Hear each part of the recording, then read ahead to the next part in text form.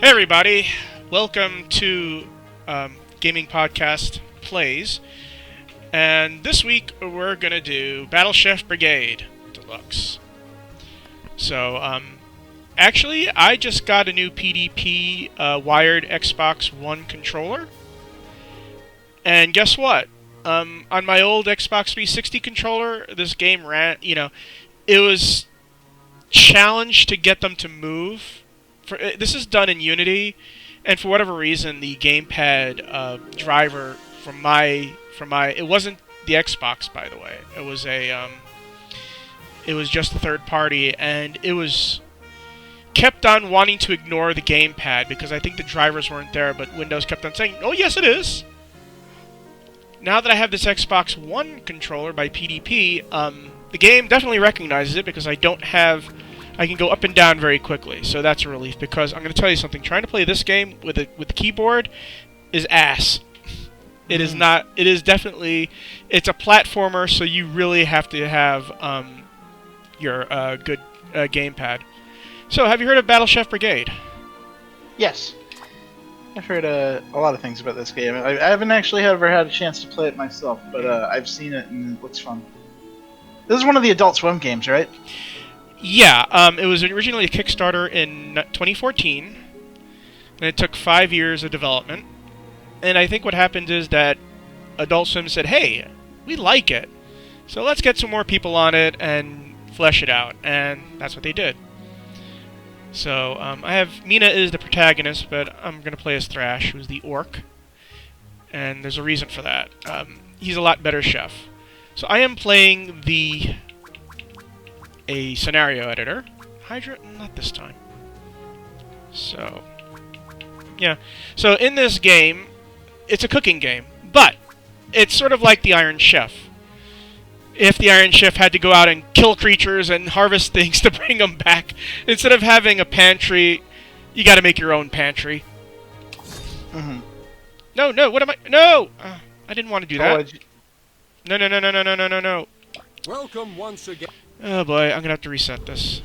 Yeah. Crash. Oh, you know what? I'll be a good guy and just play it through. So, you're gonna have your characters have some judges,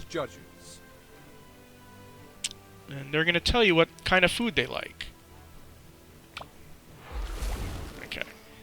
One likes hot and water. The other one likes hot and green. Grand Matriarch Kiln's exploits are well. Legend has it that she once traveled within 1 day of her arrival. Hydra! Ugh. Hydra! Hydra is the most difficult creature here. I think I'm doing the daily challenge. So basically, yeah, you're gonna go out, and you're gonna have to go kill some Hydra. Of course, I can get some other stuff. A seasoning. There we go. Did I? What happened to the? See, here's the thing about the physics. The physics is accurate, so if it goes away, you actually have to. Oh, there's part of the Hydra. Fortunately, you can't lose stuff in the water, or else it'll just bounce right out, and you have to go out and pick it up. So these are parts of the Hydra. Hydra bits. Yeah. Oh, how do I pick? Oh, that's right. I have to do that. There's actually... Oh. And you also can get hurt, which will delay you. Mm-hmm. So, the part of it is that... And there's the Hydra itself. Die. Oh. There we go. The fiery sauce is good, and you'll see what it does. Oh, I'm missing it. That's why. See, now here's the problem. I can't take too much time doing this. Right, because it's like a cooking competition. Yeah. Oh, my satchel is full, so I have to run back. See, that's why I wanted to do a... I don't want to deal with you right now. That's why I wanted to do a longer thing so we could take our time, but I guess this is a good way. So immediately it'll all be plopped there, so I can just run back out. And usually it takes me a minute to make these dishes. Oh, this thing here you can cook too. And, come on, you. Oh, I can... Oh, no, I took it, picked it up. So the other thing I can do is I can... Instead of doing that, I can... Oh, great. The Hydra stuff went in the lava. Where'd it go? Get back here. There we go. I think I'm almost all ingredients here. Stay still. Slime eggs. I'm gonna be cooking quite a... We'll see. Slime, eggs, and Hydra. Yeah. But it'll be tasty. I'm a good chef. Weh. Oh, for crying out loud. One of the things about him is that... Ah! No. There we go. Wrong.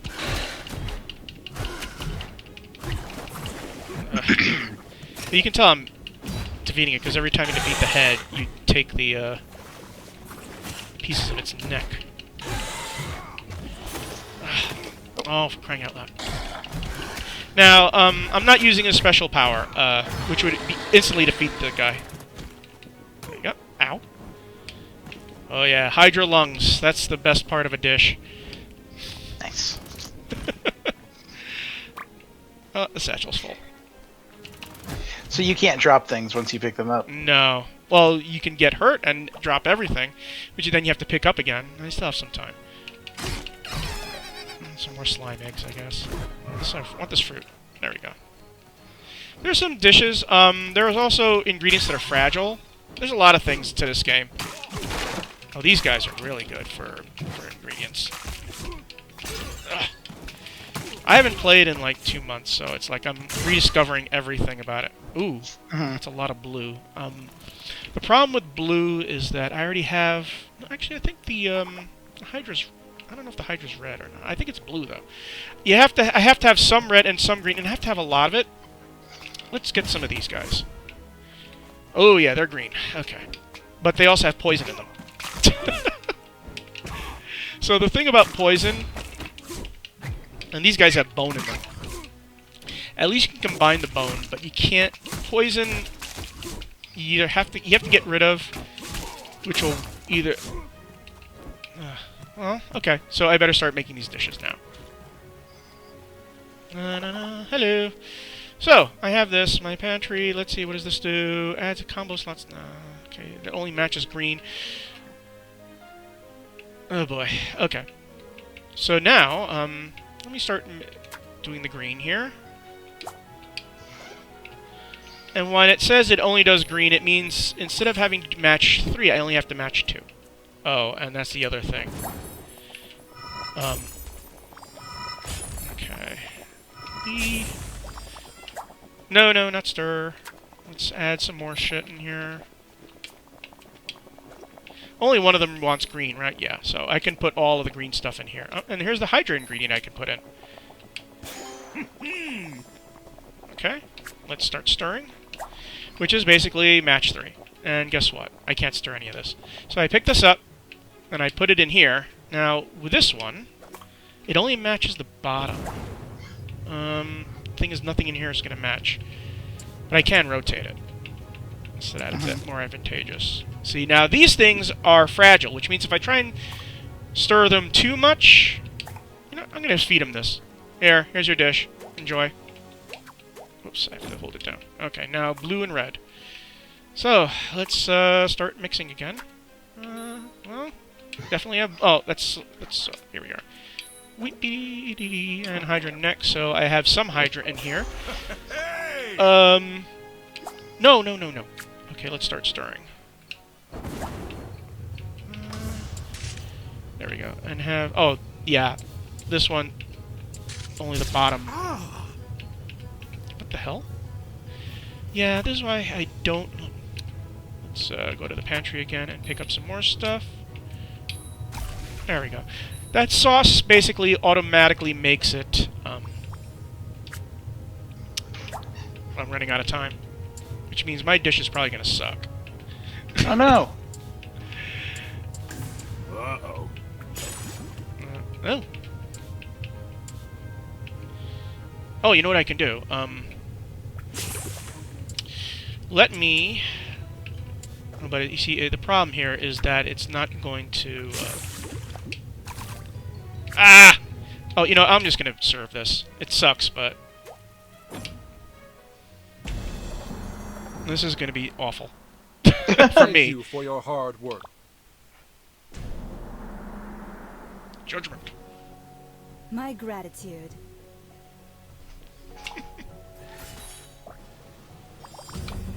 Yeah, he did well on that one. He's the third protagonist, but he's the secret protagonist. He's actually undead.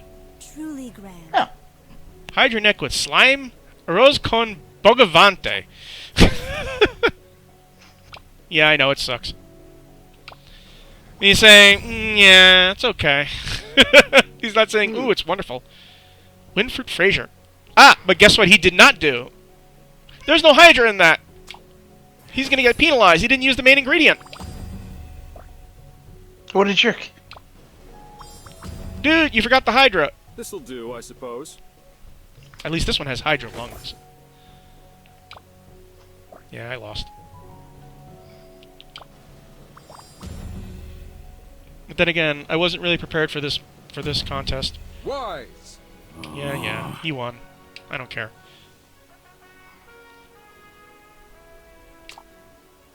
No high scores yet. Okay, let's go to the main menu again, and let me do what I want to do, damn it. Interesting. So, here are challenges. Why am I not able to select a challenge? Oh, you know what? I'm just going to use the mouse. Okay, so, opponent, doesn't really matter, I don't care. Let's... well, the arena is actually going to... I could really be a prick and give myself the, caverns. No, that's where the Hydra was. No. It's the forest, and let's do a regular old dragon. 15 minutes, opponent difficulty medium. Judge count will have random, combat difficulty, enable mutations, no, and let's play. So now I'll have 15 minutes to do this, and it'll give me plenty of time to make a dish. Welcome once again to the most invigorating Oh boy. One of them wants... hurry. Vive la Brigade! Yep. So, oh, yeah. Here we are. So this is actually stuff, that I can... That's combat. Lava, pepper, lichen spice. Yep, that's good. So I like this combo pan, because it gives you a bonus for matching 3. Here, this one allows you to remove taste gems. AE, remove poison, and remove bone. And this I never use, but I have it in there. The first 2 are the only ones I need. So, while I'm hunting out dragon, I assume you heard the news about... oh, you asshole. About Resident Evil 3. Yeah, if what I'm seeing here is right, it's not going to get a main DLC for like the... I'm talking like obviously the Resident Evil 3 base game as opposed to Resistance. I don't know if people are going to be that upset because I heard a lot of people did not like the DLC for Resident Evil 7. Yeah, one of them was about basically playing as a character that like just came into the game at the very end of the game, and I understand it was a little bit like it was completely different from what you did, from what made the actual base Resident Evil 7 game good. Didn't people have complaints about the actual story? Yeah, the story is great for the two first thirds. I'm sorry, the first 2 thirds. And then the last third is just miserable. Miserable how? It goes from being like a really suspenseful, like terrifying game in which you're being hunted around a house, and the threat is like very, very constant and real. Like, you know, everybody loves Mr. X in Resident Evil 2, the first 2/3 of Resident Evil 7 are like first person going against Mr. X on the regular. Yeah. And it's really, really good. Like the way they build the suspense, the way they force you to like solve puzzles while also watching your back at all times to make sure you're not being hunted. And then the last third of the game just turns into a basically sort of a crappy first-person shooter action. Wait, what? First? Oh, well, actually, yeah. Resident Evil 7. Part of it was, well, all of it was first person, right? Yes, all of it is first person, but I'm saying that it ends up going from a first person horror game, like a suspenseful game, like threat is real all the time, to nothing is all that difficult. Everything is an action game. There's like you have a freaking machine gun. Sounds like Resident Evil 4/5/6 to me. Whoa. It's just kind of Ouch. cruddy, in my opinion. And then there's like a part in the story where it's just like, ow. Ooh, he's... Okay, let me get away from him before he hits me. You can't die, but you can... this is what happens. Dang. It takes time just having to get back out there.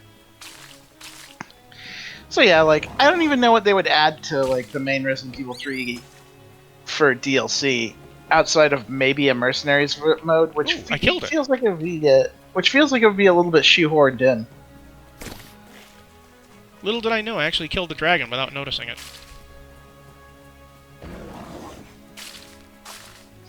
Like, would people want Mercenaries Resident Evil 3 DLC? Maybe, but I don't feel like it's that big of a deal. Well, here's the thing. Wouldn't the... I'm pretty sure people might want DLC for the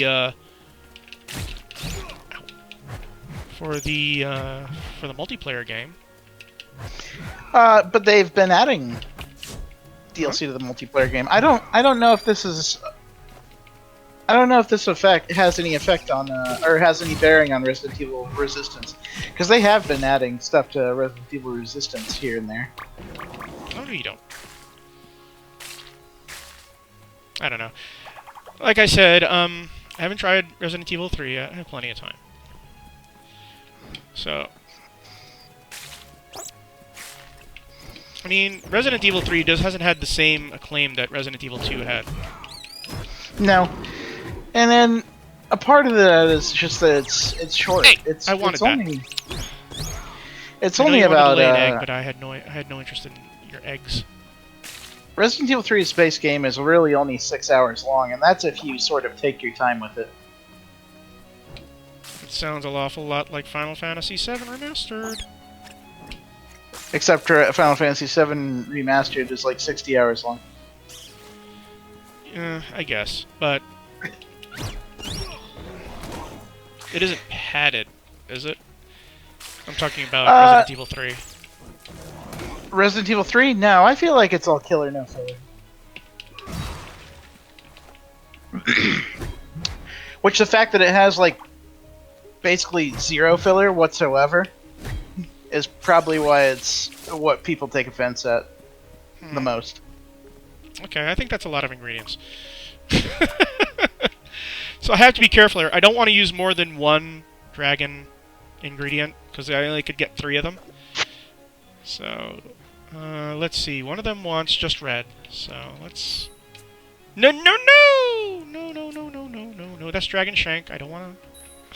I don't want to accidentally, Now, this may look like I'm putting in blue, right? But, guess what? It's not blue at all. It's actually... Well, first things first. Let me, start stirring. Because these guys gotta... oh, good old match 3. Huzzah! Actually, you know what? Yeah, I'll give this to the multicolored guy. But I'm not done cooking yet. Now, not only does he want, the same colors. I mean, he wants those colors, but he also wants them in equal, you know. Get rid of that bone. He wants them in equal proportion. You'll get a bonus if you do it in equal proportion.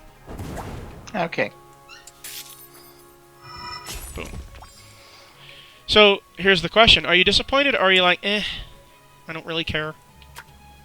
This? No, this is cool so far. No, I'm talking... I'm talking about Resident Evil 3 not having DLC. Oh, no, I don't care. It would be interesting if it had DLC, but I didn't expect it. Resident Evil 2 didn't have DLC either, really. So, like, I don't know. You know what this needs? This needs some lava pepper spice. Boom. If I'm gonna do that, I need to get more green in there. They've already kind of hinted at the idea that they're going to move on to Resident Evil 4 remake, and Resident Evil 8, or whatever that is going to be, is already in the works for, like, 2021. So, there's plenty of more Resident Evil on the way. Okay. Resident Evil 8 is going to be like Resident Evil 7, where it's going to be in a first-person mode. Right. And then Resident Evil 4 is going to be like Resident Evil 2 and 3 remastered. Right. No, I want the pantry. Let's get some more tomatoes in there. Actually, tomatoes is perfect for him, because it's red and green. The problem is, I need space. And also, I need to... See, optimally, you want everything in... See, he has 3 flames there. It would be nice to have... These are not max... Are they? I don't think they're max greens. See, now these are damaged. So what happens is if you stir them too much, they'll break apart and you'll lose them. Fortunately, there's 2 greens. No, I need blues. Okay, so I'm going to do something that I normally would never do. I'm going to chop out those blues. I mean the greens. These green no need no more. No, not that one. Ooh. Well, actually that one too. I need room for the other blues. Well, the problem is I don't want to spend too much time on one dish, although his is the most difficult dish. Let's see. Where can I get blues from? Looks like the eggs. Yeah. Let's get some eggs in there.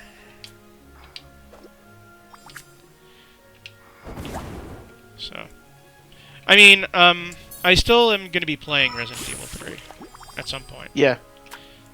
So, any advice? I can use all this shit, because no one else wants blues. Just have fun with it. It gives you a mechanic called the perfect dodge, in which if you can roll out of the way of an enemy just as they attack you, then you can... if you can either choose to run away, or you can raise your weapon and time will slow down and you can shoot a lot of bullets at them really quick. Oh, okay. So, on one hand, it's very helpful for certain enemies, and on the other hand, it's terribly hard to pull off. Like, it's annoyingly hard. King Bean. Why does that remind me of a Super Mario character? I'm Super Bean. Super I'm King Bean. Okay, he's gonna love this dish. Huzzah. Look at that. It's already a 231 base. So now, let's see about the red-green guy. First I need some dragon in there. And that's all the dragon is going to get. Nope. Red and green. You know what? Actually, I can do this. And then put some fiery sauce in there. Now they're instantly red. Nice. Because I put some salsa in it. I'm a sucker for cooking games, you know. I wish that I was able to play Cooking Mama.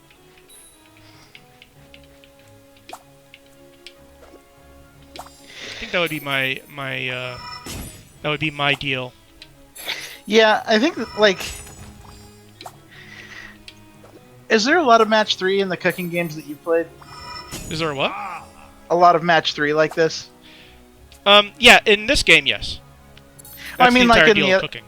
I'm trying to think if Overcooked and Cooking Mama do this kind of thing at all. Well, Cooking Mama is mostly, ooh, okay. So what I need is one more red but you know what? I'm not going to get it, so I'm not going to push it. So I'm just going to deal this one. And serve this one. The other one just it's pure red. Which is easy to do with dragon parts, and I have plenty of time left, so the dragon shank is going to go in there. But I'm going to have to pick this up. And let's get rid of that bone.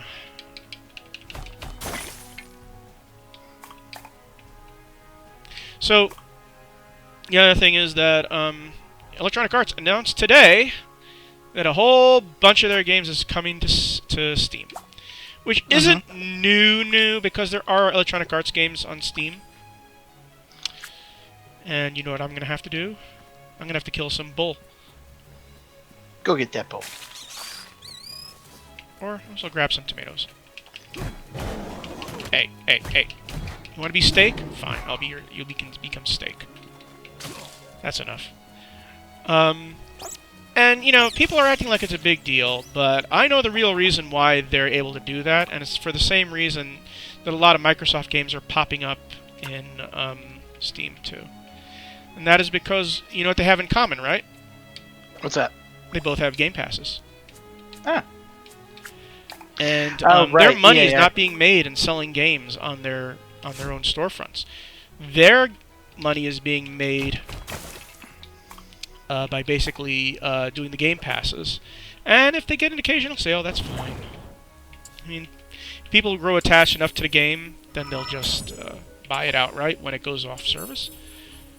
But yeah, and that's one of the good things about... oh, yes, I hear you.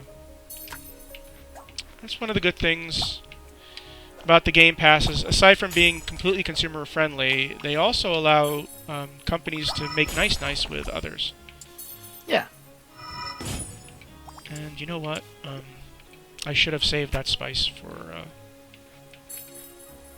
shyster. Okay. This is the least this is the least impressive dish, but I'm going to serve it. Uh-oh. So yeah, all the hard Dragon work, Ages are chefs. coming Let's see to what the judges have to say about your efforts. to Steam and a bunch of other EA games. I noticed Mad's not one of them. Mm-hmm. So do you care? I mean, I don't really care about multiple storefronts. No, I think it's a. I think it's odd that EA games, like a lot of them, weren't on there for a while. Like, wasn't there a thing where they actually pulled a bunch of them off Yes, Steam for Dragon a while? Heart Chorizo, served with cheap breast and BAURUN ribs. This is what I like actually, because it sounds like I'm serving up Pokemon as food. Cheap is such a Pokemon name. Well, he's gonna love this dish. Yes. They're absolutely stunning, and I could gaze at your plating all day. I don't have a single complaint. Yeah. This'll do, I suppose. BAURUN steak. Oh, he does have dragon in there. Okay. I was about to criticize, say, yeah, you have to have dragon in there, don't you? It's not the dragon is not the main dish, but it is an ingredient. But mine is dragon steak, BANDEJA PAISA, with a side of squickle tentacle and fiery sauce medley. So I added spice to mine. That sounds delicious. Oh, they were not in equal amounts, so he doesn't like that, but he loves to have it. He does love the fact that I have it. It wasn't in equal amounts. I had too much red in there. Oh, great, he served him some pretzels. And they're not even, it's not even dragon pretzels, too. What's the matter? Shame on him. Shame on him for not having any dragon in there. Mine is dragon shank. Slow burn. It was okay, but I know that I'm gonna win, so I'm gonna win running away on this match. The benevolent. Yes. Yeah, I killed him. Huzzah! I mean, someone had to make an Iron Chef style game.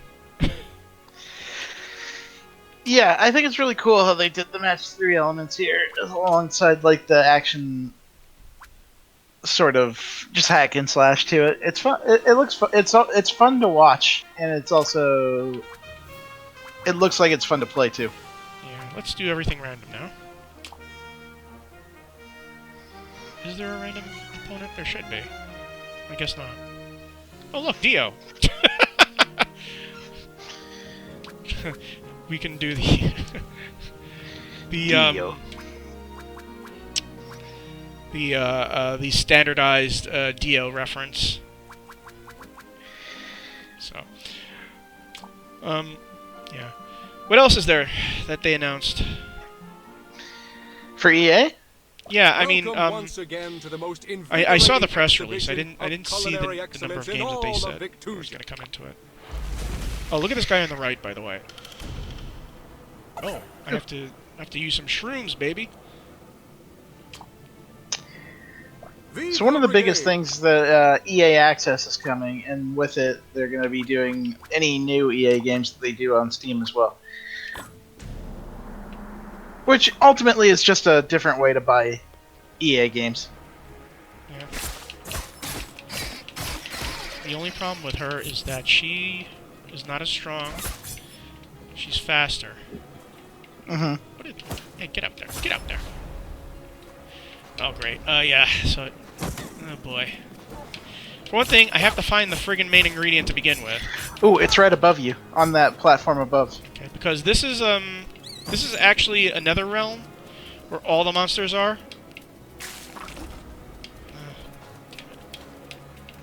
I don't have my double jump equipped. Oh, for crying out loud. Sucks. This is an armadillo. She has a good dodge. Oh, which I did not use there. There we go. Oh, there they are. Except this guy is in the way. Oh, great. Oh, you're full. Yeah. I should have reminded myself to give myself the bigger pouch. Hey, hey, hey, hey, hey! Let go, let go. Rude bird.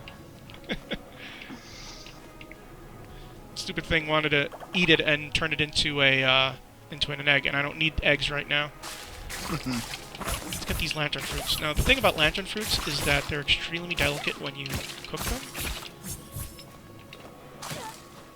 But they also have high flavor. Hey! Did he just take my lantern fruit? Oh no, I have it. You were saying about EA. So that means that games like Mass Effect are going to be on Steam now, which was it not before? Yes, it was. And here's the thing: Dragon Age Origins was too, but they did not release base Dragon Age. What they released was the entire pack with all the DLC included. Because here's the thing that EA had a problem with Steam, is that Valve takes a huge chunk out of DLC money. So the big deal about EA having it now on Origin is you can just get the base game without the DLC. Mm-hmm. And like I said, you know, these people are making hand over fist money with the game passes. So they're not really worried about actual game sales anymore. Well, they are, but not as much. Just like... you know why Madden sucks? Do you know how much EA made from Ultimate Team alone? Oh yeah, those Ultimate Team modes are just like Yeah, do you know how much? Central. $800 million. I believe it. And that's also why the single-player modes suck, because they'll suck and you say, this sucks, let me do Ultimate Team, which is polished. No, you think I'm kidding, but that's actually how they think. They don't understand damaging the brand. I do know that in people love Madden. We sold so many of it. I do know that in Madden 21 they actually put some focus into putting DJ. Like there was a mode where they had like celebrities in the game, and one of them was DJ Khaled. Yeah, which that's where the money went. Which they put more effort into getting DJ Khaled's facial scans and stuff right than they did into actual players. DJ Khaled and someone else, I forgot who. There was another person. I think it was another hip-hop artist, I'm not sure. But yeah, I mean, DJ Khaled doesn't even do any work. He's he's a promoter, and by promoter I don't mean promoter as in shows. I mean promoter as in not that, so I can get the. But I didn't pick it up. What happened to it? I think the slime took it. They can't eat it though. Yeah, I see it. First, I have to kill that bull. There it is. I got the slime. Oh no, I didn't pick it up. I have to drop off this crap, and then I'll start cooking. Yeah. But, you know, here's the problem. Nothing's going to change until people actually stop buying it. Right. Because every purchase is a ballot, you know? And clearly, people are not buying it because what you just said about Ultimate Team. You know, most of the people who play Ultimate Team are under the age of 21. And someone made the comment that a lot of these people never played Madden when it actually gave a shit. So they just figure Madden is just Ultimate Team. Yeah.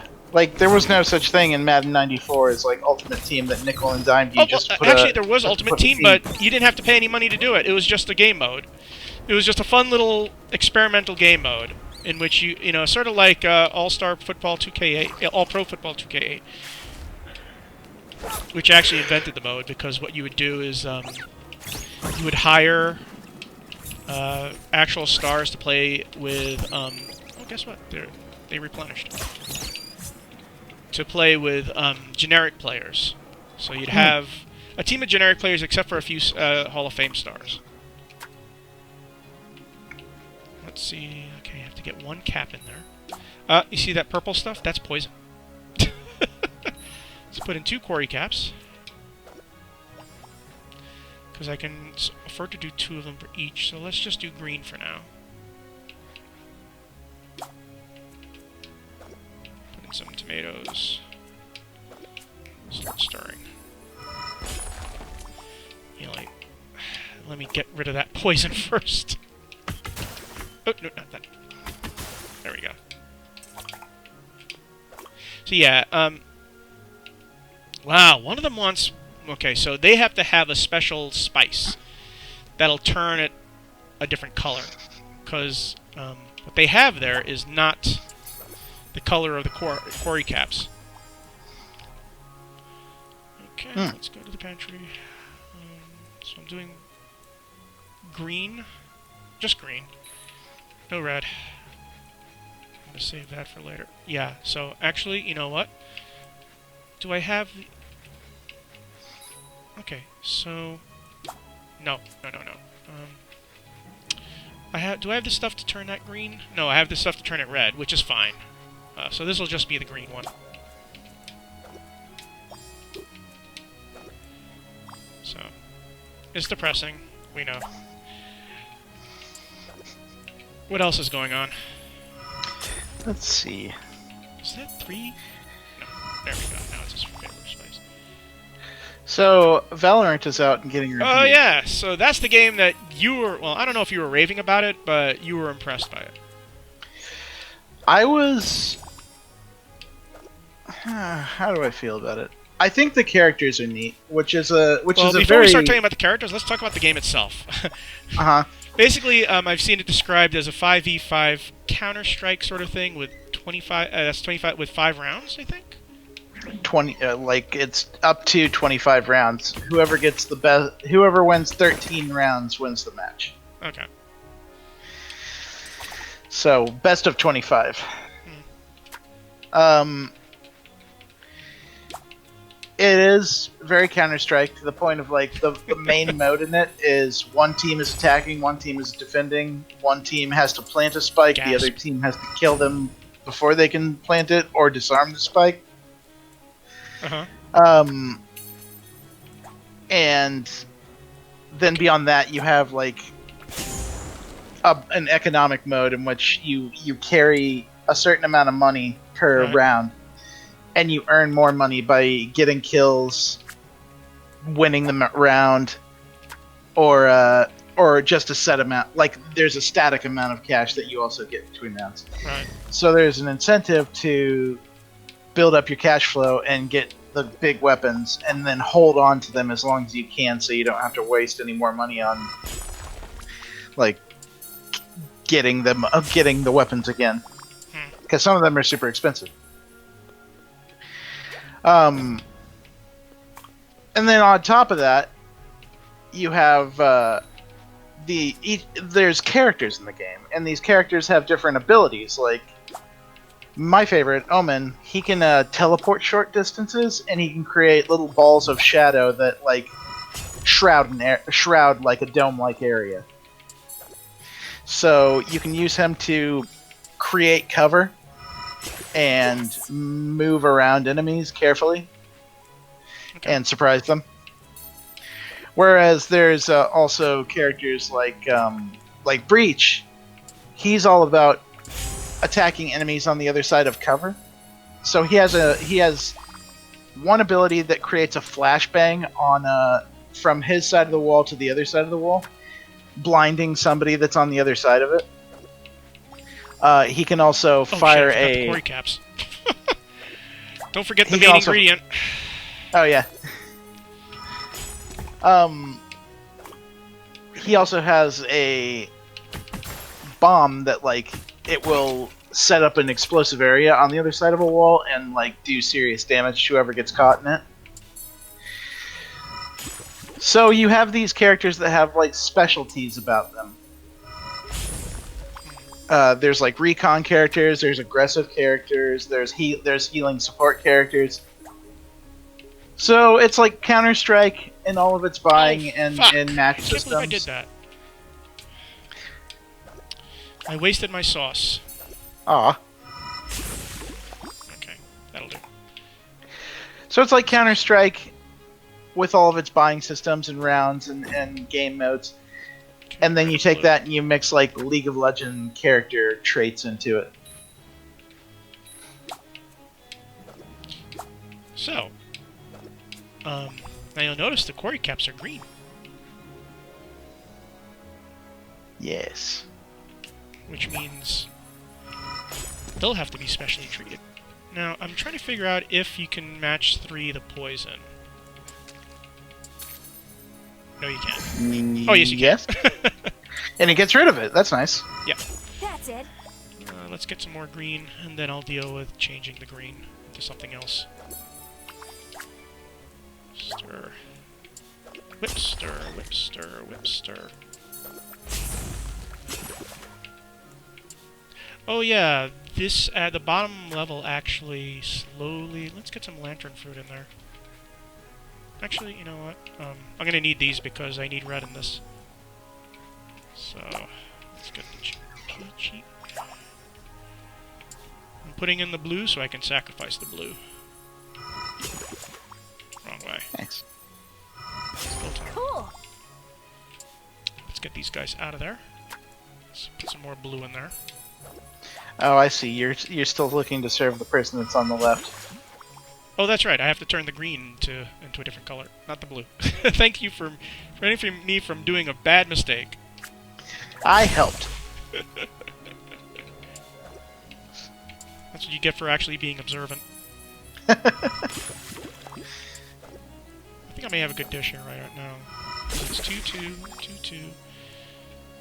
Nope, I have to do this first. There we go. Now it's going to be a good dish. Okay. And I have 2 minutes, so do I want to get greedy is the question. Let's get some reds in there. Yep, make sure you change out the greens. So I can make more blues, which means I need more greens. Okay.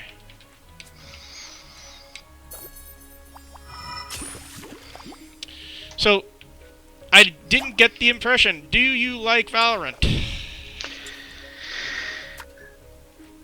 I like it because the characters are unique. I'm not a fan of the Counter-Strike style. I don't like a shooter that takes that long to play. I don't know, yeah, see, that's something I hear from people is that they like Counter-Strike, but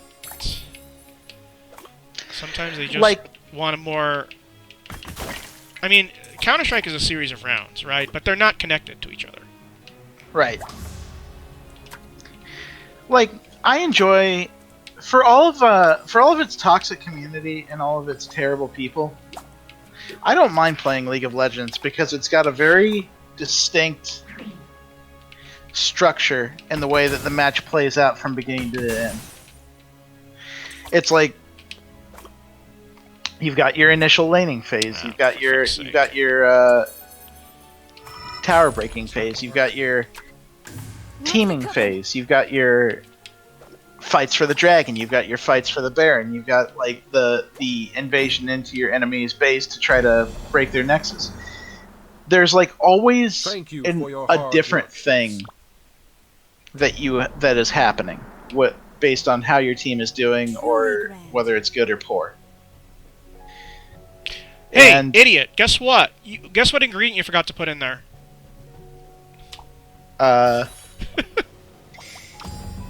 He's gonna criticize you. Excellent. Or did he? I don't know. He didn't. Oh well, this one's a quarry cap thing. It's not equal portions, but I have a lot of it. Don't harsh my buzz, dude. Oh, quite delicious. So you were saying about Valorant? Valorant doesn't have that. It's the same thing over and over again. It's repetitive, and if you're losing, it's repetitively upsetting. And if you're winning, it's still just repetitively winning.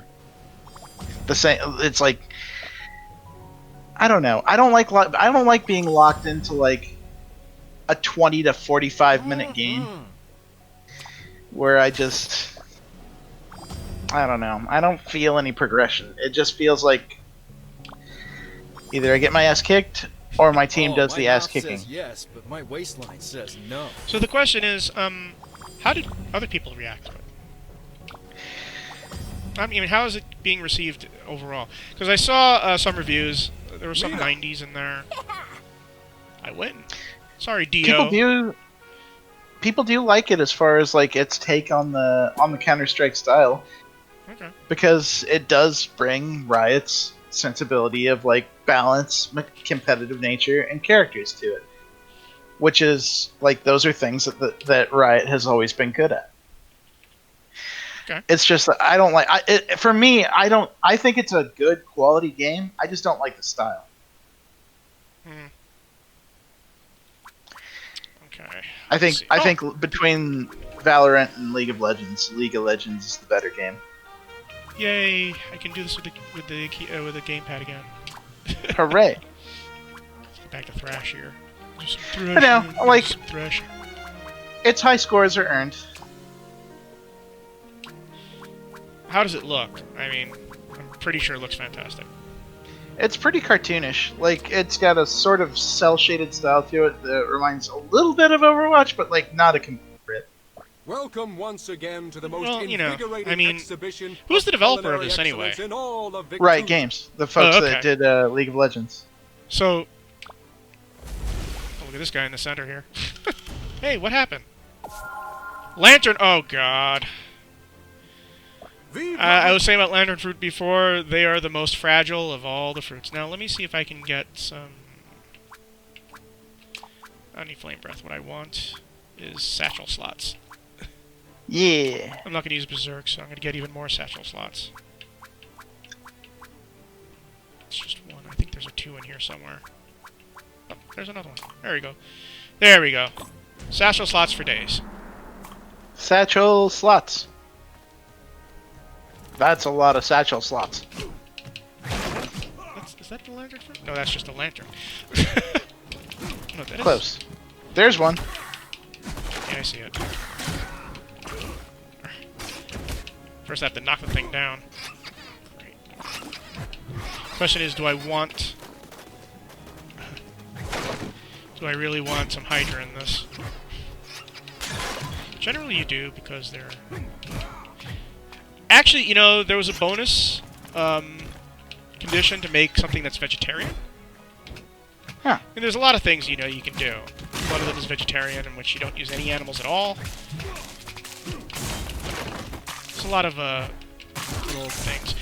The thing that I would love is if there was more variety in the dishes, and also obviously more variety in the animals. But I'd like to see variety in the dishes itself, because you start seeing the same dishes over and over and over again, or not over and over, but the same graphic style.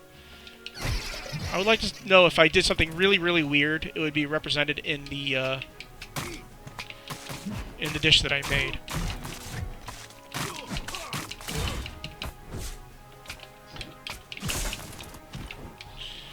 So, I don't know. One of the minor news that tickled my fancy was the fact that there's an NES coming. Oh yeah, so I was building up my Berserk there. There's an NES. What is it? There's an NES version of Namco games coming out, right, for the Switch. Ah, yes. And one of them, I was talking about it the other day. That's Pac-Man Championship Edition, and one of the bonus games. There's 10 of them, but one of the bonus games is going to be Pac-Man Pac-Man Championship Edition, done as if it was an NES game. That's kind of neat. Like, what does that mean? NES graphics. Because you've seen arcade versions of games, and you've seen the NES versions. The NES versions of games have a certain aesthetic, a certain sound chip that's different from the... Fair. Wouldn't you say that original arcade Pac-Man is close-ish to the NES? Not quite. The music from the arcade game was cleaner and crisper, and it didn't have, you know, the NES has a certain look to it, and a certain that's distinct, and basically that's what they're doing with Pac-Man Championship Edition, is giving it that aesthetic. So it'll look a little more primitive, but still play the same. Now, you can say that, but there's also something else happening with the Switch which is not so good. And that is Obsidian is porting the Outer Worlds to the Switch. Yes. And basically the Switch can't handle it. Or it can handle it, but you have to make a lot of sacrifices. Let me have a look here. I've seen this a little bit today, but I haven't taken a good look at it. Here's the thing. They claim that docked you can get 1080p, and mobile you can get 720p. And what people are finding, it's not even close to that.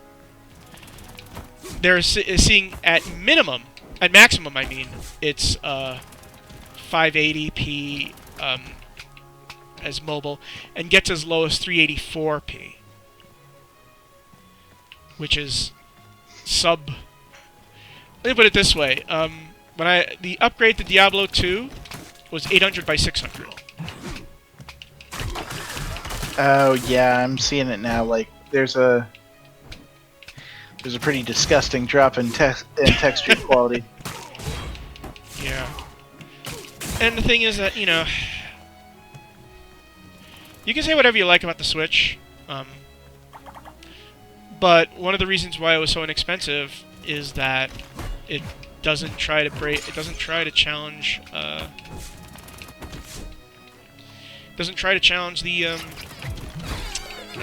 graphics engines.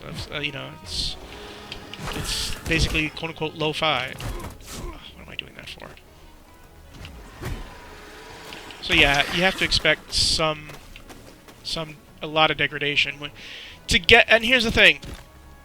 They sacrificed all that to make it content complete. So everything that's in the other versions of the Outer Wilds are there in terms of content. From what I'm seeing here, it also locks in a pretty stable 30 frames per second, whether docked or mobile. See, I know a lot of people care about frames per second, but if it's 30 frames per second, I don't really care. I really don't care if it's 60 frames, 120 frames, you know. It's incredibly But that's smooth. what I'm saying though, is that it doesn't seem to lose frames for where it is right now. Like they're saying that it plays stable, whether you're in docked mode or mobile mode. That's basically what a lot of people want. I mean, I'm only to bet you a lot of people play with the Switch in their bed. Yeah. Or on the toilet. Okay. That's TMI, but... I did not need to know I'm speaking that. for myself, I'm just saying. I'm not gonna say I haven't played, my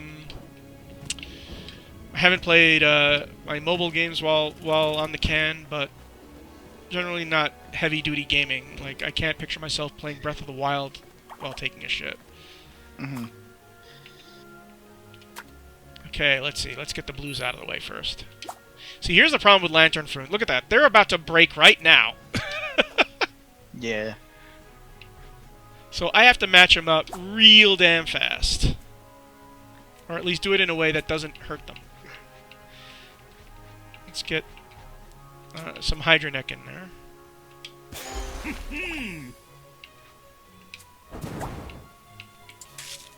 Yikes. This is gonna be tricky. Well, first things first, let me get that bone out of there. No, not that! Oh, come on. That's definitely not what I wanted.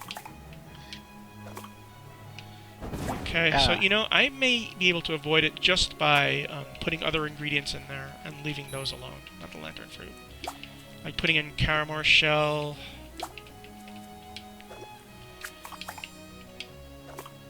Actually, you know what? Let me see if I can match... You can match the bones. And they will become whatever they're close to. Oh, no, they're a wild card. That's right. So that's good. Oh, so they sort of take on the quality of any color? Yeah. And if I'm lucky... I can get it to... This is going to be the blue one, so I don't care about the red.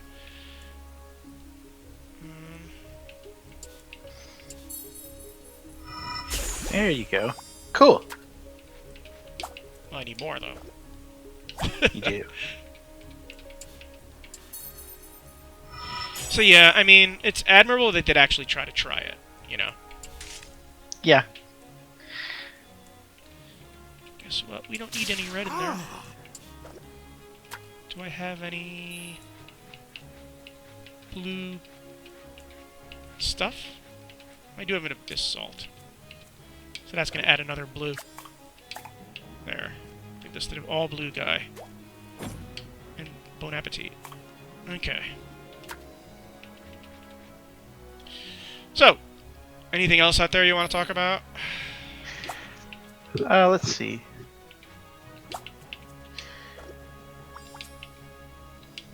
There was one other thing. I just need to find it really quick.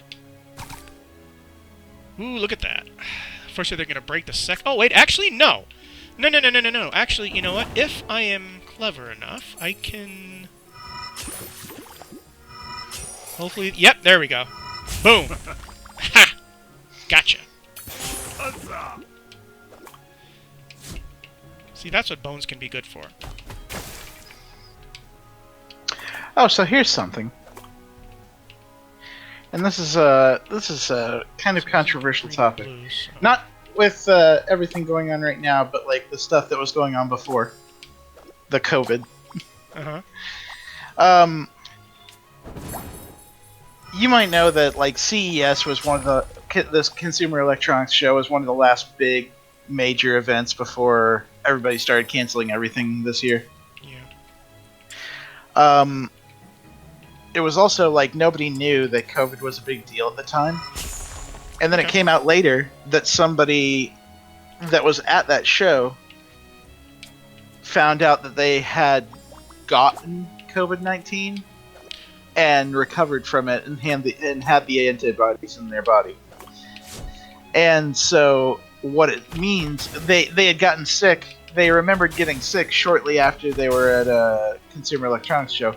Meaning that Consumer Electronics Show 2020 probably played a pretty big part in spreading the disease. I think a lot of things played a pretty big part, regardless.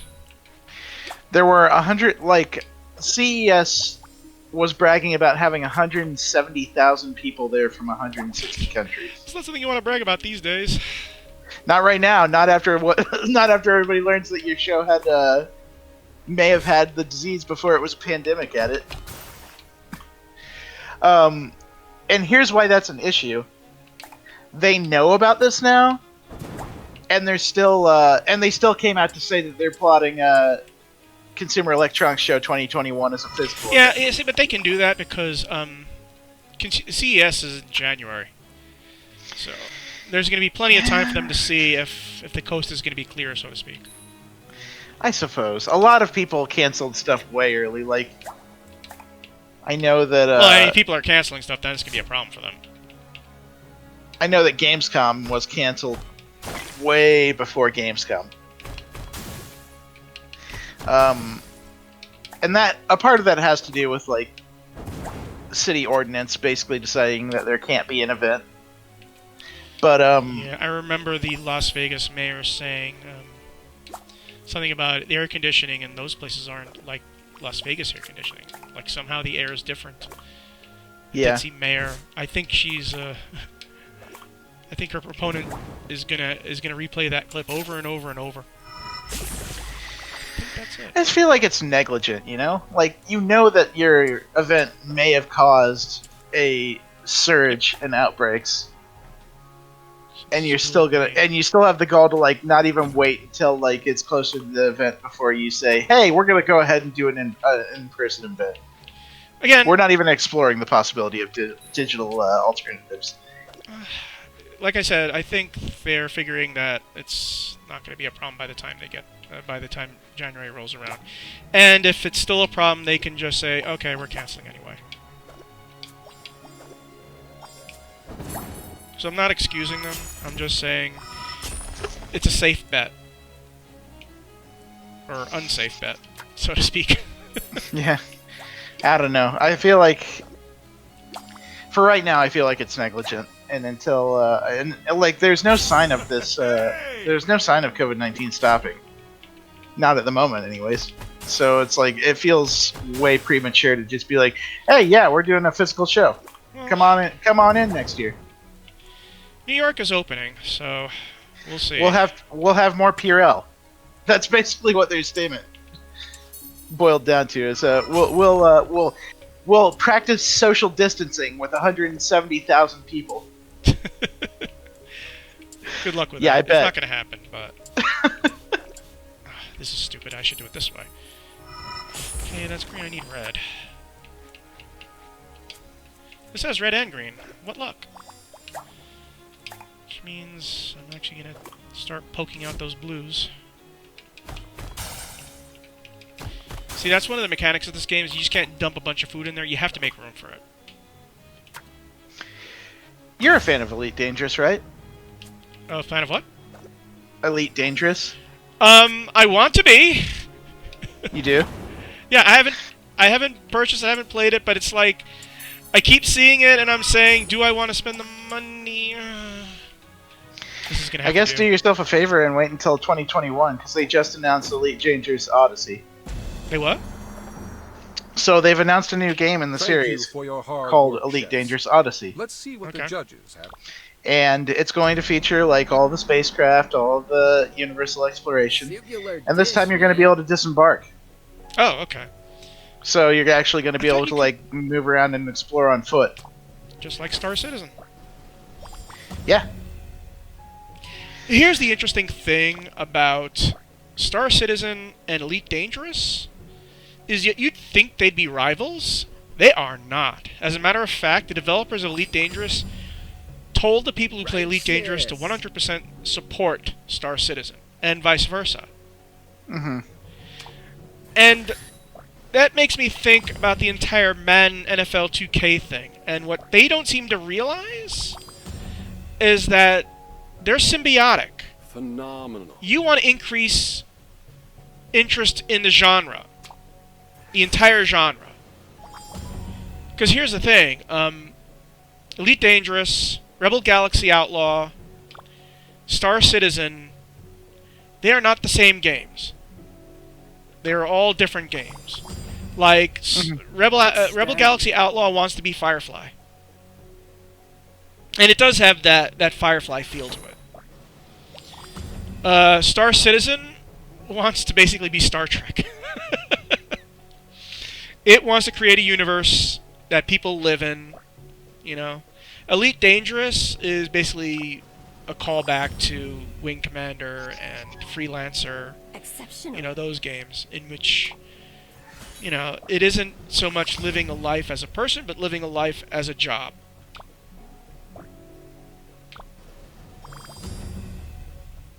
Right. Delightful. And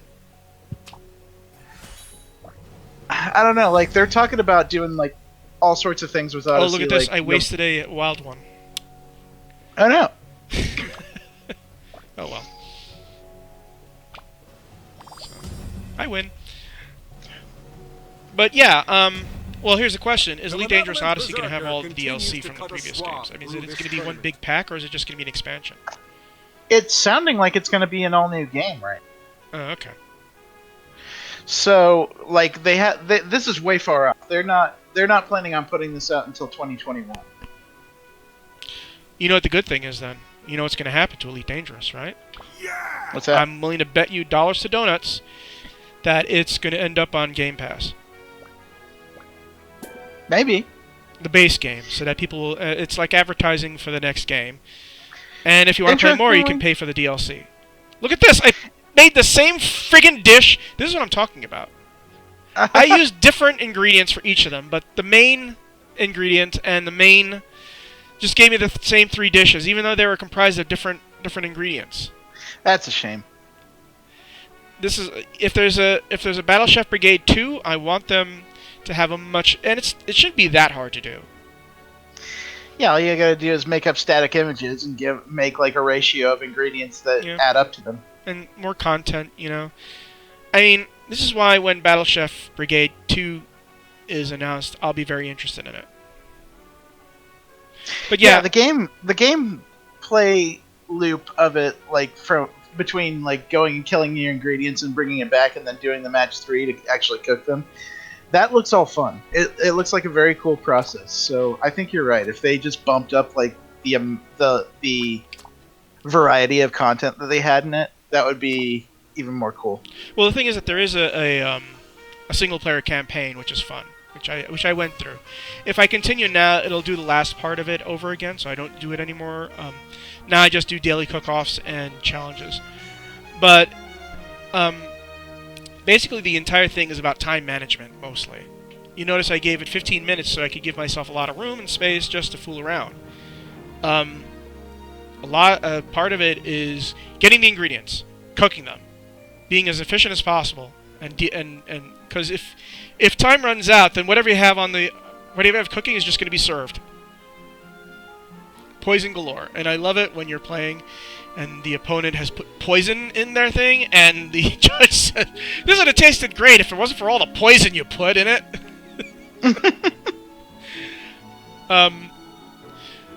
Which reminds me, I've been playing a lot of Super Mega Baseball 3, and if I was to give it a review right now, I'd give it 3 stars. There's just too much wrong with it. I mean, a lot of people are complaining that it's too much like 2, which is true. 3 out of 5 or 3 out of 10? 3 out of 5, not 3 out of 10. Okay. 6 out of 10, which actually sounds worse than 3 out of 5 to a lot of people, even though they're supposed to be the same 60%, right? Mm-hmm. My problem is that of all the things they worked on, they didn't work on a lot of the AI. The base running AI for the human is awful.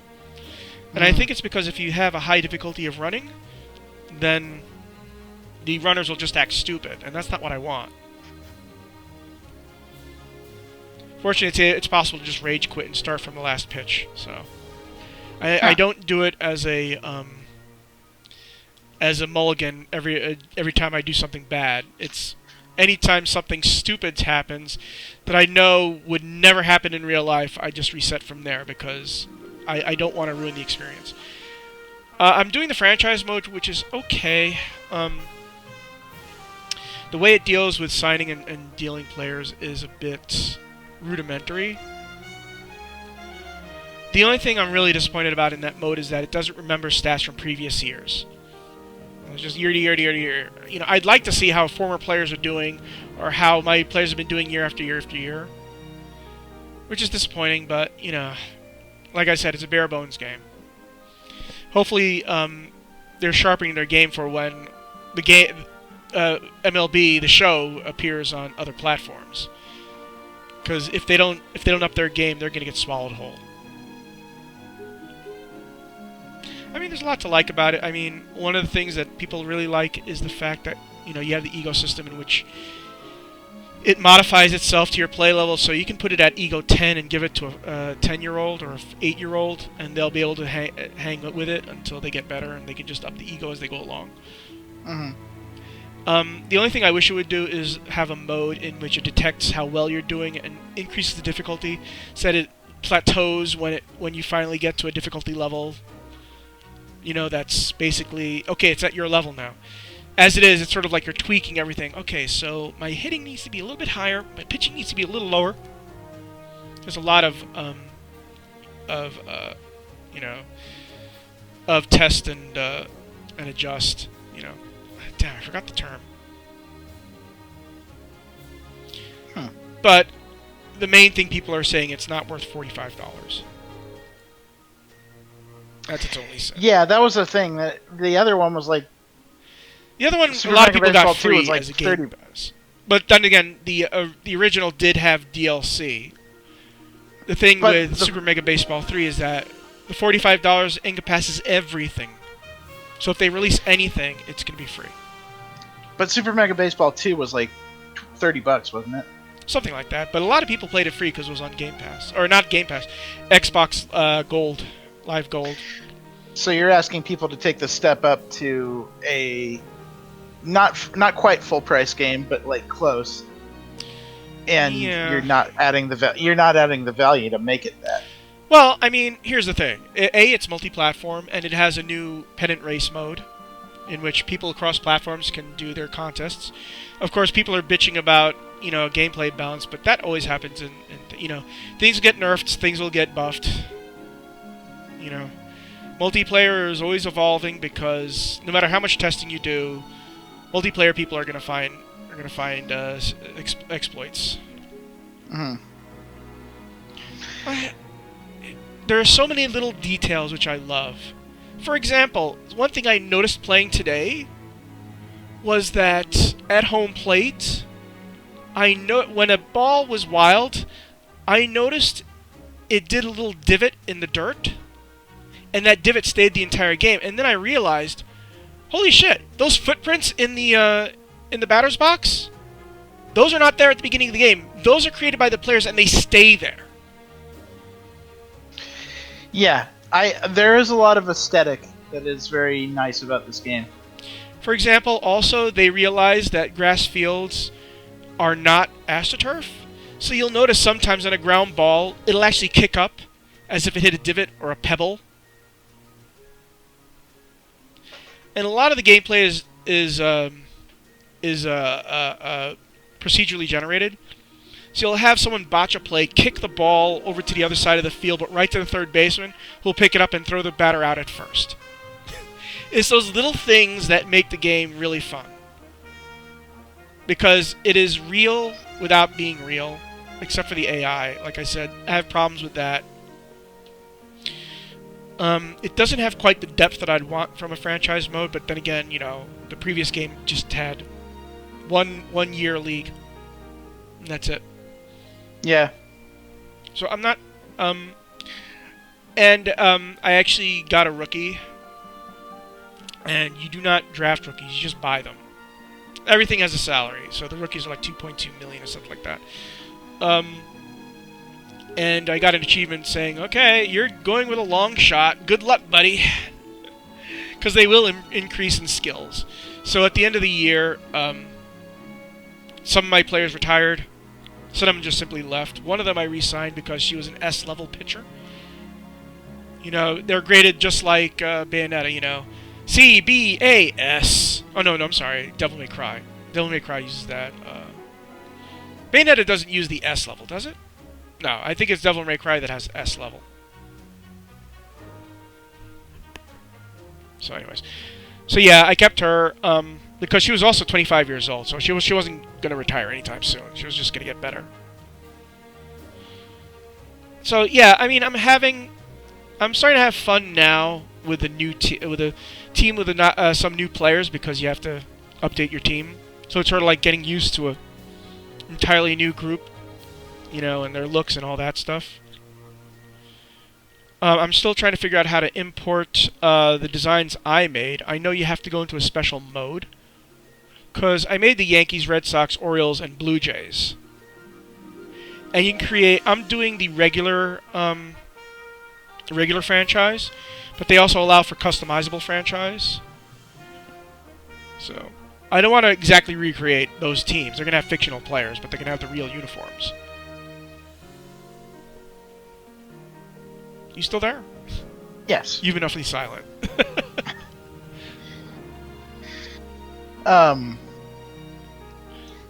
Like I haven't had a chance to play Super Mega Baseball 3, but I have heard a lot of I've heard from you, and I've heard from we reviewed it over on Shack News. Okay. So everything I've heard along the way is like it's good.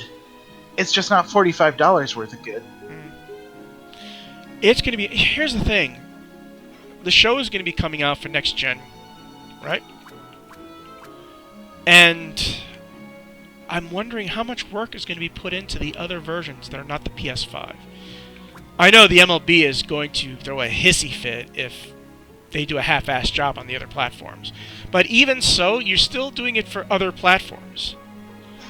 And next-gen platforms, no less. Well, not the Switch. The Switch is not a next-gen platform. Not unless Nintendo all of a sudden announces the all of a sudden announces the the Switch 2 out of nowhere. So, as we're beginning to wrap this up, so what have you been playing lately? Because we're not having a podcast this week. All right. What have I? Oh, I played in a Blaze Blue tournament this last week. Okay. Vive la Brigade! So I haven't played this game a lot in a while. But I picked it up and I started playing around with combos again, and there was a tournament that was going. There's a lot of like online events going on in different games now. So I took the opportunity to try to throw my hat into this one. It was a Swiss system, I've never played Swiss system tournaments before. Basically, you played without elimination, and then at a certain number of rounds, they would like sweep people with not enough winning points off of the leaderboard. And I did make it to like 3-1, but that one knocked me out after the fourth round, and they only took 4 O's for the fifth round. So it wasn't too bad. I won 3 rounds. I did pretty good. I enjoyed myself. It reminded me of why I engage with that game so much, because it really is one of my favorite games with some of my favorite characters. Do you have a favorite already? Favorite characters in the game? From that game, yeah. My favorite characters have always been Hazama, who is a green-haired man that throws chains around. Okay. And moves around the screen very fast because he can pull himself by his chains. Uh-huh. And Jubei, who is a cat with 2 swords, a giant cat with 2 swords who moves ridiculously fast.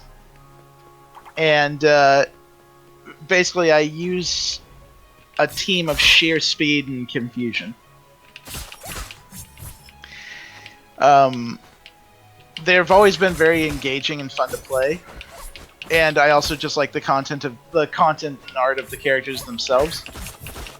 Like, Blaze Blue is chock full of interesting and varied characters. But those 2 in particular have always been kind of my go-to. Have you ever played Skullgirls? I have. It's very fun. It's very good. It's a little... Goofy. I don't want to say limited. Oh. I was going to say goofy.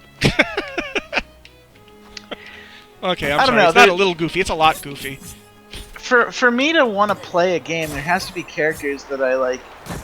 I'm not the person who like studies the characters and tries to figure out who the best one is. I need to have characters that I can identify with, that look interesting to me, that when I play them are fun to play. And as cool as Skullgirls is, it just doesn't have a character that resonates with me. Well, with me in fighting games, I always go with the one I play the best, which is why I always main in Injustice 2. I'm always enjoying playing Black Canary because I know all of her moves. I like Black Canary a lot. I like Atrocitus a lot in that game. Atrocitus is fun to play against. I don't know about playing as. I haven't really learned his moves. The Blood Tornado is intense. Like, you can do so many mean combos with that move. Yeah, the only problem is I don't know if I like Atrocitus as a character. He's constantly shouting. I like the cat. I like the cat a lot. Dexstar. Dexstar. Well, Dexstar is actually your power-up in that, so...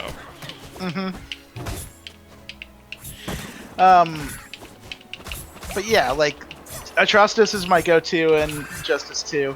Collector is my go-to in Mortal Kombat 11. Okay. I have no idea who that is. Collector is a new character that came in from Mortal Kombat 11. He's sort of like a new race that they've referred to a couple times, but never actually put in the game. They have 6 arms, and basically he's a tax collector for Shao Kahn. That's just a completely greedy little shit. See, here's the thing. The mythology of Mortal Kombat has changed so much, it's hard to keep track. It really has. I mean, they rebooted the entire series at, what, 9? And then they just went the same path as the other game.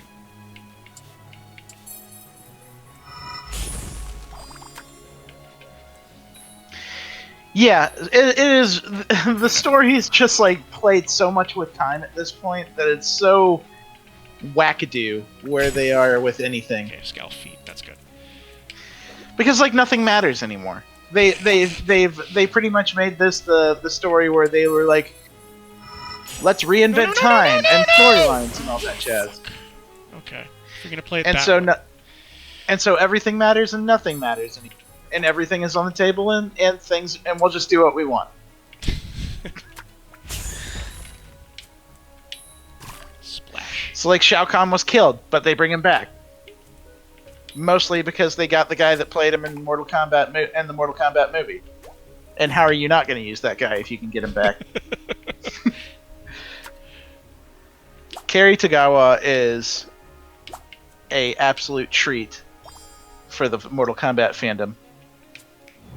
And it is amazing that they brought him back for Shao Kahn. It almost makes up for Shang Tsung. Because it's a crime that they put Ronda Rousey in as Sonya Blade. Yeah. Did they use her? Was she just mocap or what?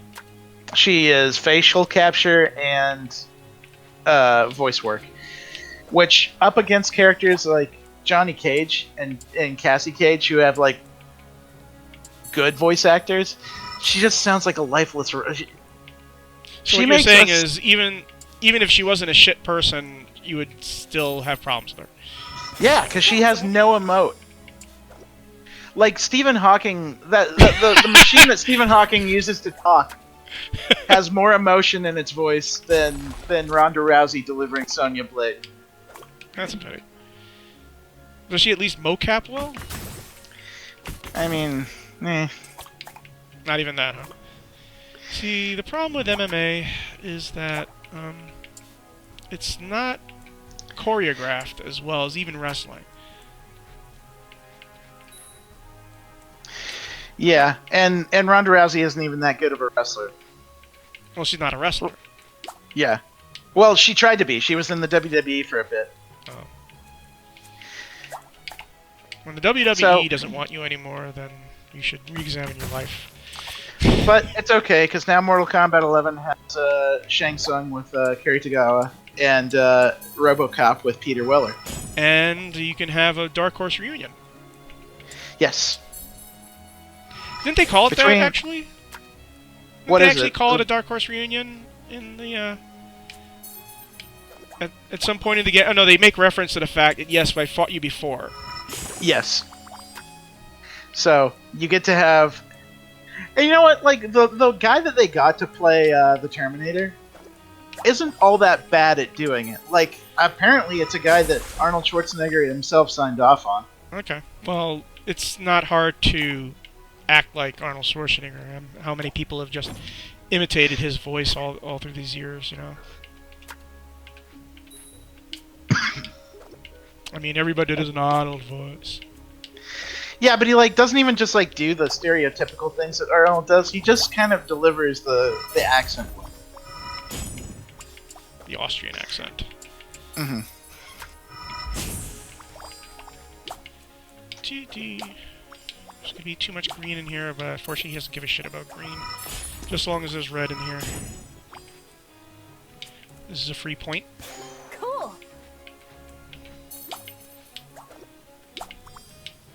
So, who did you say you play as in Mortal Kombat 11?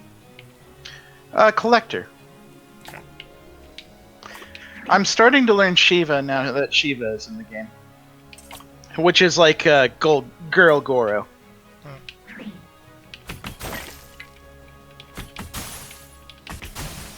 This I have to. Do I have anything in my pantry that I can?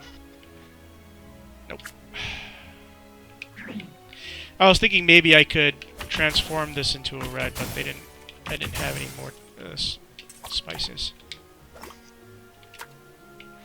All I can do is add a bunch of NOODLES fruit in here and just.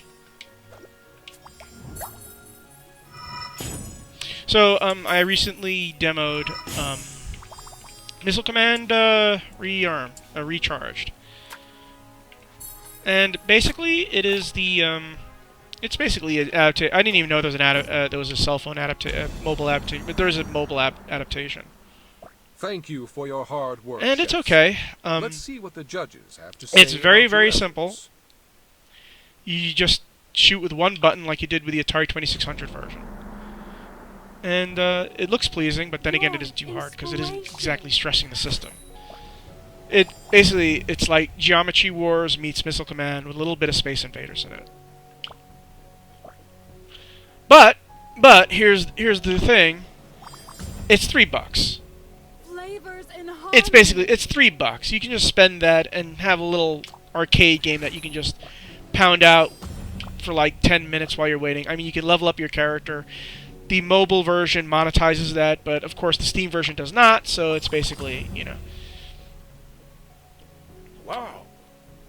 And you know, it's fun. I mean, if you just want to play some Missile Command and compare yourself on the leaderboards, that's fine.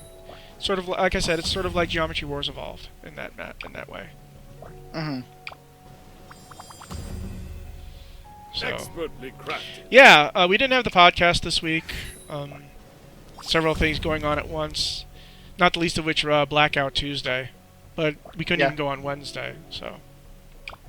You were free on Thursday, I said, okay, we might as well do a stream. Play a game that is old, people may not have heard of it. But if this kind of game appeals to you, you know. Battle Chief Brigade Deluxe. I don't know what's deluxe about it. I think it's probably the extra gameplay modes. I think I lost. My gratitude. Yeah, I lost. Oh. No, I won. Barely. So, we will see you next week on the podcast. Sure. Mina, All right. And hopefully there will be some really interesting news going on. Oh yeah, I forgot. The PS5 stuff is coming. Is going to be announced. It was supposed to be this week, but they delayed it, and now they're doing it this week. This coming week. What day was it? June 8th? June 9th? Do you remember? I can hear you looking it up right now. I don't know. Anyway, it's coming out next week. So yeah, it'll be June 8th. yeah, so I may actually delay the recording of the podcast so we could cover that, because Microsoft had their little thing, and they're supposed to keep on repeating stuff over and over and over again. And E3 is, well, it's not coming up, but Microsoft's E3 announcements are coming. And hopefully we will get a release date and pre-orders for the Xbox Series X. And how much you want to bet there's going to be a special edition like there was the Project Scorpio edition? No, I think that's like a 100% chance they're gonna do it. It's gonna be. I think it was Scarlet, wasn't it? Yeah, it was Scarlet. Yeah. Here's the real thing that people are going to be wondering about. Well, two things. One, is there going to be an Xbox Series S? Because they've been talking about Lockhart a lot. Lockhart is rumored to be the cheaper version of the Xbox Series X. It'll have 4K, it'll do certain things that the Xbox Series X can do, but it won't. But it'll be more on the level of the Series S. I mean, the Xbox One S, in some other stuff, so it'll sort of like be a mid-grade. And the other thing is, I keep on hearing rumors that the Xbox Series X is going to be $400. If Microsoft comes out and says, yeah, the Xbox Series X is $400, Sony is going to be very distressed about that. And it's like, I was going to buy the Series S at $500.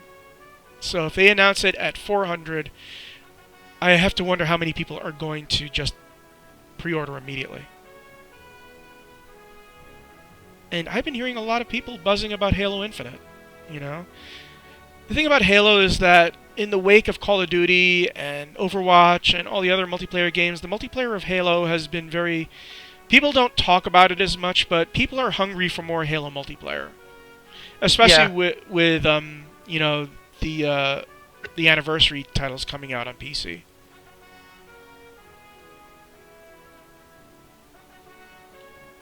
Yeah, and I mean, like, Halo Infinite is going to be coming out at the end of this year, and everyone really wants to see how that goes. Like, I want to see how that goes, and I'm not even an Xbox. The other thing, well, here that's just the thing, though. This is going to be the first release of a Halo game, same day, on PC. Mm-hmm. And there's going to be cross-platform play. And here's the thing you might notice about all those other multiplayer games that people always constantly talk about. That's because they're on PC. Overwatch, you know, Call of Duty is on console too, but all these other games have a PC presence. And you know what I'm thinking is that Microsoft may be looking at Halo Infinite as an esports game. I mean, hell, Ubisoft kept on hammering away at Rainbow Six Siege to make sure that it was a viable esports game. And I think you might see Microsoft doing the same. Any complaints that are about Halo Infinite, they're just going to say, okay, we're going to fix that.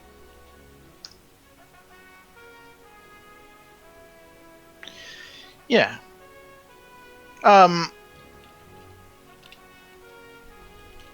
Yeah, so like as they launch this new game, it's going to be really interesting to see like where people fall on that, because like I can say, having played the Master Chief Collection on PC, the Master Chief Collection, yeah. I can say, having played it on PC, it's buggy as all get out, and I like. Yeah, that's not going to be the case with Halo Infinite, I'm pretty sure. I want to love it more than I do, but it like. I don't have rose-colored glasses when it comes to that game. Well, here's the other thing. Halo is kind of unique with all the other shooters in that people give a shit just as much about the single-player campaign as they do the multiplayer. Halo has such a backstory and has such a mythos and has so many books and stuff like that. People give a living shit about the Halo universe. How many people do you think give a real shit about the Call of Duty universe? Or the Valorant universe, or the Call of Duty universe? Tell me the plot of Call of Duty Ghosts. Tell me the plot of Black Ops 4. Because I know the Black Ops games single player have been really science fiction wackadoo titles about time travel and mental conditioning and stuff like that. But no one really cares about their single player. Whenever a Call of Duty game comes out, it's all about the multiplayer. When a Halo game comes out, people give a shit about Master Chief. Mm-hmm. But you know what? I think a lot of people might want a Resistance 4. I mean, Sony. People want Resistance 4. Resistance 3 ripped off Half-Life 2, but at least it ripped off all the good parts. Yeah. I think people want Resistance 4. Of course, we have Metroid Prime 4 coming. Is that going to be 2021 or 2020? That's 2020, no? 2021 likely, because Nintendo Nintendo hasn't even, like, unless they do what they're doing with Paper Mario, the Origami King, where they just are like, hey, it's coming out next month. Yeah. I don't think they're going to do that with Metroid, though. Well, I mean, it seems like they're going to be whetting the appetite by releasing the trilogy. I'm pretty sure you're going to be all up on that. I will absolutely play it if they put the entire trilogy on Switch, because I haven't played any of the Really? Metroid Prime games. So you want to see what all the fuss like, is about. They were all on Nintendo consoles that I didn't never have. I didn't have a GameCube. I didn't have the original Wii. I had a DS, but Metroid Prime Hunters didn't look all that good. No. And the less said about Federation Force, the better. Yeah. Or Other M. That's a shame, too, because Team Ninja did really try something interesting and different. Yeah, but Team Ninja is all about the boobs and how much they can bounce. They love the jiggle physics. Although, with Samus, they were more concerned with the ass than the boobs, but still.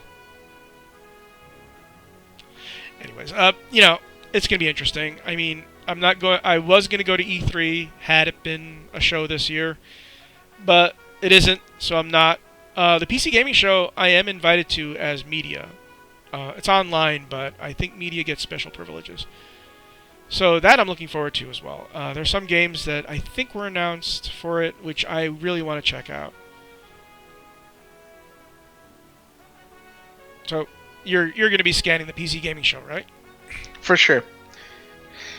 It's always interesting what they just like what they have to show off. So like we saw Age of Empires, the remastered edition. We saw Man-Eater.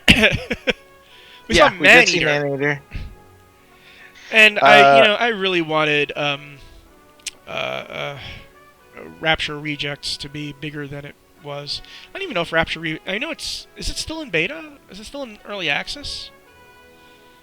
Or did it just fade away? Because I remember being invited to Rapture Rejects beta tests, which I couldn't do because I was too busy. But I'm going to say one thing. The trailer for Rapture Rejects is one of the all-time best. It's right up there. Anyways, this is going to be the end of the stream. I'll have to figure out what we're going to do next week's stream. This Battle Chief Brigade was sort of like a last-second thing, and I knew that you hadn't really seen it in action yet, so I thought you might enjoy it. Yeah, it was really fun to watch this game, because it's one that I, like, it always looked fun and interesting to me, but it was just one I never got a chance to play myself. Yeah. It's shallow as hell, but you know what? It's a good base to start with, and if there's a Battle Chief Brigade 2, like I said earlier, I'll be all up on that. They just gotta, fatten it up. It needs to be better. Not that it's bad, but I want it to be better. Anyways, we will see you next week.